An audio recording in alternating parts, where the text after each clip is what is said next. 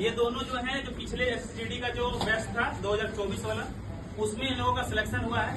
और भी बाकी स्टूडेंट हैं जो आज बाहर आ नहीं पाए हैं, उन लोग से भेंट होगा आप लोग का। तो इन लोगों का परिचय लेते हैं, एक करके अपना परिचय दीजिए। मेरा नाम गौरव पाचुरी है। थोड़ा जोर से। हाँ, मेरा नाम गौरव पाचुरी है। मेरे पापा का नाम राकेश पुरी है। मैं सिंघा तुलसाजी का रहने वाला हूँ। मेरी निजी शिक्षा अपग्रेड हाई स्कूल सिंघा से हुई है और 12वीं की शिक्षा पीकेआर कॉलेज से हुई है। और उसके बाद जब हम 11th में थे तभी सर के पास हम आए थे कोचिंग करने के लिए। तो ये था उस टाइम पे मेरा 12th और ये क्या होता है जीडी का पेपर दोनों साथ में चल रहा था। तो अनफॉर्चुनेटली वो निकल नहीं पाया। उसके बाद वापस सर बोली कोई होप नहीं हारना है, वापस जाओ, वापस प्रिपरेशन करो होगा। तो सर के पास हम मुझे ज्वाइन कर लिया था और फिर वापस लगे रहे तो फिर मैं निकल गया। अभी जो सर जो भी है सर के मुताबिक है। कहने का मतलब समझे, कहने का इनका मतलब है ये जब आए थे तो इनका 12th और आपका जो एसएससीडी का जो एग्जाम है वो दोनों एक साथ हो गया था। तो 12th पे इनका साइंस था, इसलिए उस टाइम पे वो 12th पे ध्यान दिए, 12th पास किए, फिर वो पूरा ध्यान किस पे दे दिए, अपना एसएससी के एग्जाम पे दे दिए और एक बार में इनका क्लियर हो गया। अब हम परिचय लेते हैं आनंद का। अपना परिचय दीजिए थोड़ा जोर से, लाउड आवाज में। मेरा नाम आनंद कुमार महतो है। मेरा पिताजी का नाम है राजेंद्र महतो। मैं चारिदी शिशु विद्या मंदिर से मैंने 10th किया है और कदरास कॉलेज कदरासगढ़ से मैंने ग्रेजुएशन किया। और मैंने 12th करने के बाद ही सर के पास कोचिंग ज्वाइन किया। उसके बाद से लगातार 2 साल ट्यूशन किया, अच्छा से पढ़ा, सर ने बताया जो तो किया। आपका गांव कहाँ हुआ? मेरा गांव हुआ है ढांगी। ढांगी से कौन है, पहचानते हैं इनको? अच्छा, पहचानते हैं ना। देखिए इनका जो सक्सेस है बहुत आसानी से नहीं मिला इनको सक्सेस, समझ गए? थोड़ा हम बताते हैं इनके बारे में। ये 2023 का भी एग्जाम दिया है, 24 का भी एग्जाम दिए हैं, समझ गए? तब इनका सिलेक्शन हुआ।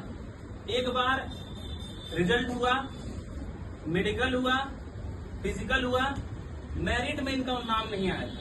अब कितना मार्क्स से पता है, अंदाजा लगाइए। 0.2 से फाइनल मेरिट 0.2 से इनका नहीं हुआ था। लेकिन ये हार नहीं माने, अगले साल फॉर्म भरे और इस बार आपका स्कोर कितना था? इस बार 130 था रो मार्क्स। हाँ, 134.5 था। तो 135 नंबर लाए थे दूसरी बार जब इनका भी सिलेक्शन हुआ। तो कहने का मतलब है कि आदमी एक बार में सफल होगा, इसको गारंटी नहीं है, लेकिन सफल होगा ऐसा गारंटी है। तब जब आप प्रयास करते रहिएगा। 0.2 से अगर आपका अगर सिलेक्शन नहीं होगा तब कैसा लगेगा अंदर से? डिप्रेशन में नहीं जाइएगा, चले जाइएगा। इतना मेहनत करने के बाद, सब कुछ निकालने के बाद मात्र 0.2, एक नंबर नहीं, आधा नंबर नहीं, 0.2। लेकिन उसके बाद भी हार नहीं मारे, उसके बाद अपना टारगेट को अचीव कर लिए। इसके लिए बहुत जोर से ताली बजाइए।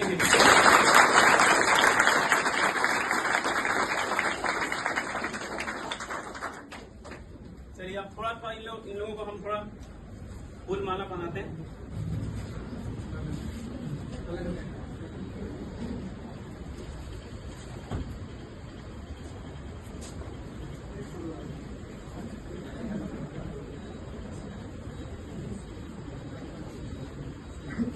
ताली बजाइए आप लोग।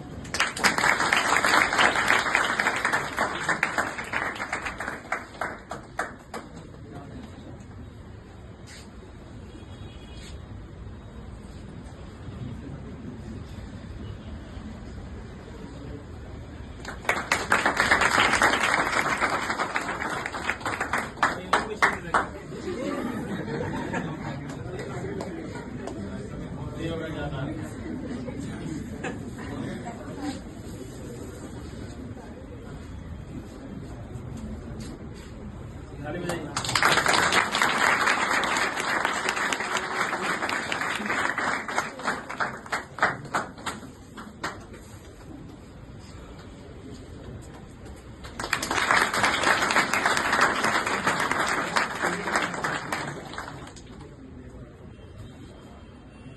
क्या करते हैं ना, पूरा खाना देखते हैं। बजाओ।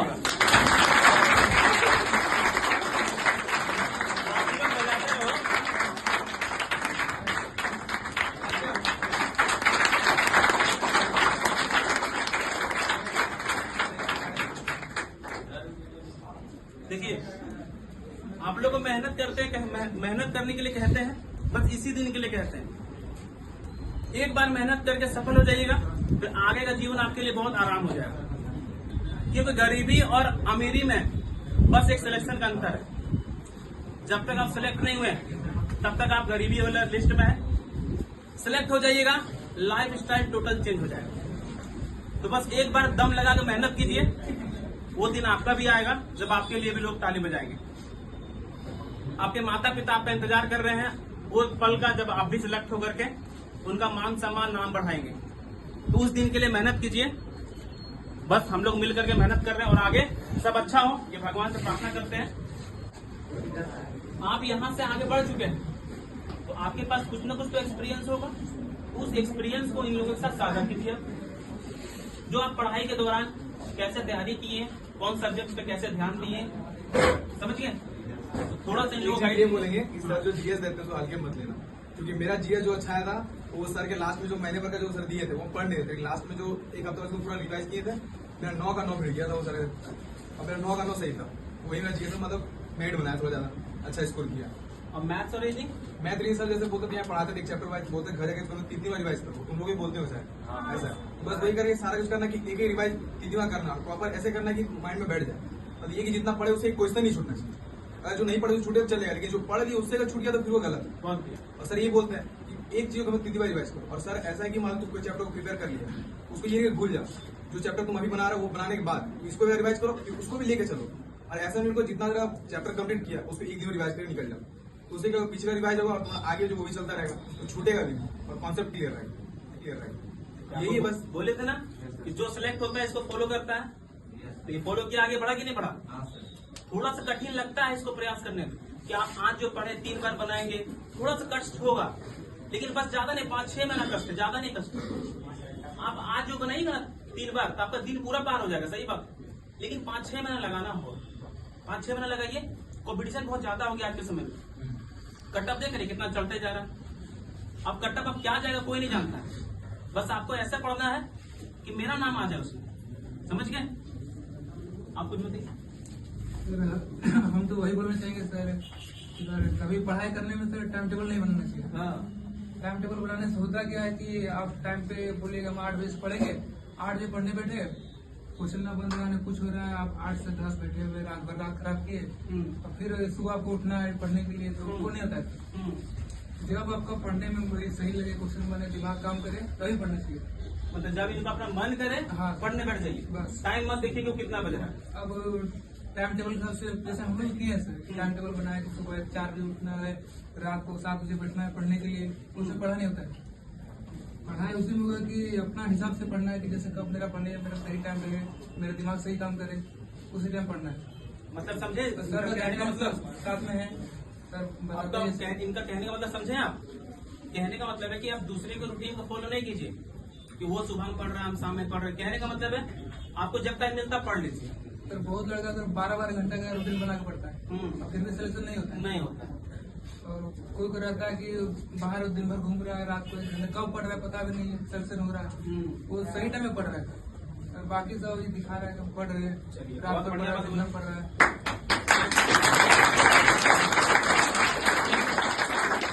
अभी आप थोड़ा देर पहले आप एग्जाम्पल दिए थे कि नहीं, कि आपके मोहल्ले में सब, आपको गांव में सब जानते होंगे, लड़का तो घूमते रहता है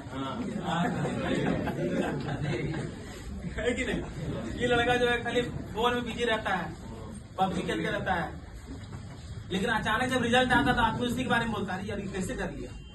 तो बस वही सरप्राइज देना है, समझ गए।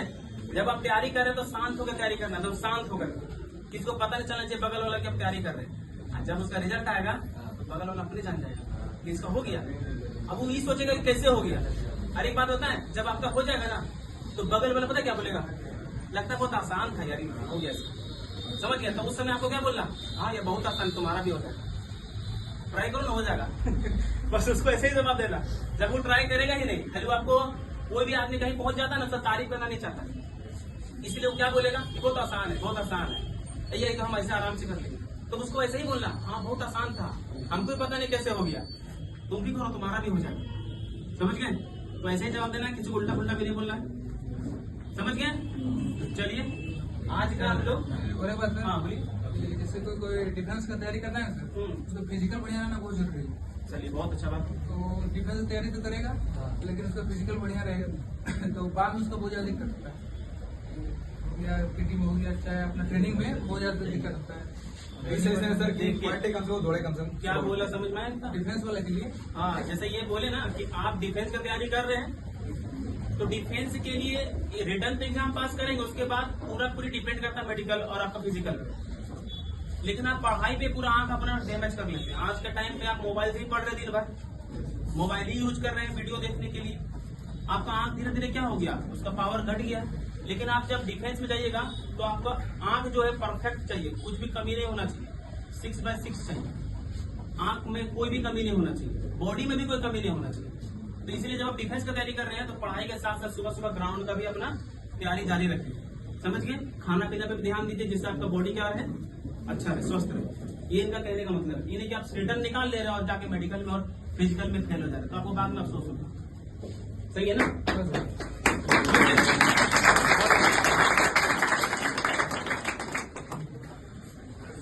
बाकी सब तो ठीक है, सर का गाइडलाइन जरूरी है। सर बताते हैं वो सब नहीं कहीं फॉलो नहीं कीजिएगा तो फिर उसमें भी नहीं होगा।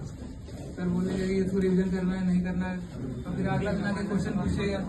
देखिए ये बात तो पहले समझ लीजिए आप। ये लास्ट लाइन बोलेंगे आप लोग के लिए। देखिए आप यहाँ तैयारी करने के लिए आए हैं, किसी न किसी को देख के आए होंगे या किसी न किसी को सुन के आए होंगे, है कि नहीं? कि आप तैयारी करने यहाँ पे आए हैं, आपको पता भी नहीं होगा कि यहाँ क्लास चलता नहीं चलता, किसी न किसी को सुन के आए हैं। जब सुन के आए हैं तो कहीं न कहीं विश्वास करके आए हो, और जब मेरे पे विश्वास है आपको तो जो हम कहेंगे तो उसको तो मानना पड़ेगा। तो अगर आप मेरे पे विश्वास कर रहे हैं तो बात मानिए, अब विश्वास नहीं कर रहे हैं तो फिर यहाँ पढ़ने से कोई फायदा है नहीं। तो कहने का मतलब जब आए हैं तो विश्वास से आए हैं, और जो हम कह रहे हैं वो इतना जान लीजिए वो आपके फायदे के लिए है, तो उसको बात मान के उस पर काम कीजिए, आप जरूर सिलेक्ट हो जाइए। समझ गए? सिलेक्ट होने का मतलब है कि हम आपको सिलेक्ट नहीं करवाएंगे, हम कौन होते सिलेक्ट करवाएंगे? हम रास्ता दिखाएंगे कि इस रास्ता में आप चलिए, पहुंच जाएगा वहां तक, लेकिन चलना पड़ेगा आपको। इसलिए हम कह रहे हैं कि विश्वास करके चलिए। हम आपको क्या कर सकते हैं, गाइड नहीं कर सकते हैं। एग्जाम का जो पैटर्न है उस पैटर्न पे हम बता सकते हैं, एक्सपेक्टेड क्या हो सकता है वो बता सकते हैं। हम आपको आसान से आसान तरीका दे सकते हैं सॉल्यूशन करने के लिए। एग्जाम में टाइम कैसे बचेगा, एग्जाम में आप पैनिक ना हो, ये सब चीजें हम आपको समझाते हैं, कि नहीं? लेकिन चलना किसको पड़ेगा? आपको। तो बस विश्वास किए हैं, विश्वास करके चलते रहिए, पहुंच जाएगा। बात समझ में आया? तो आज इतना ही हम लोग अपना वाणी को हम लोग बोल के समाप्त करते हैं और इन लोग